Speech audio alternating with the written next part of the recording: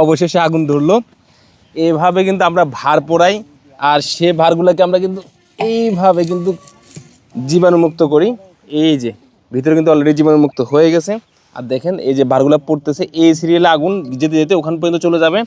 আর এই যে আমার পিছনে দেখতেছেন না, প্রত্যেকটা ভার পোড়ানো হয়েছে।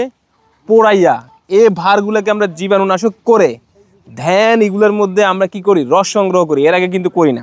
তা আপনারা বাংলাদেশের বিভিন্ন অঞ্চলে কিন্তু দেখবেন, একটু পাশে আসেন, বাংলাদেশের বিভিন্ন অঞ্চলে কিন্তু দেখবেন যে চুন দিয়ে, মানে এই হাড়ির মধ্যে কিন্তু চুন দিয়ে ব্যবহার করেন। এটার মধ্যে কিন্তু এখনো ধরনের এটা জীবাণুনাশক হয় নাই। ধরেন এর মধ্যে যদি আমি আজকে কিন্তু রস সংগ্রহ করলে রসটা ফেটে যাবে এবং এর মধ্যে পাঙ্গাস পড়ে যাবে। তো বিভিন্ন অঞ্চলে কি করে, তারা হাড়ির মধ্যে চুন ইউজ করে যেন পাঙ্গাসটা না পড়ে। এটা কিন্তু চুনটা কিন্তু শরীরের জন্য ক্ষতিকর। তো ওই ক্ষতিকর চুন বা অনেকে কিন্তু রঙের চুন ইউজ করে, সেটা আমরা না করে কি করি, আমরা ভারকে পোড়া দিই। দেখেন ভারকে পোড়া দিই। তো এটা বাংলাদেশে অনন্য নজির হচ্ছে যশোর অঞ্চলে। আপনারা যারা যশোরের গুড় সবচেয়ে বেশি খাঁটি মনে করেন এবং বেশি পছন্দ করেন, দ্রুত অর্ডার করে ফেলেন।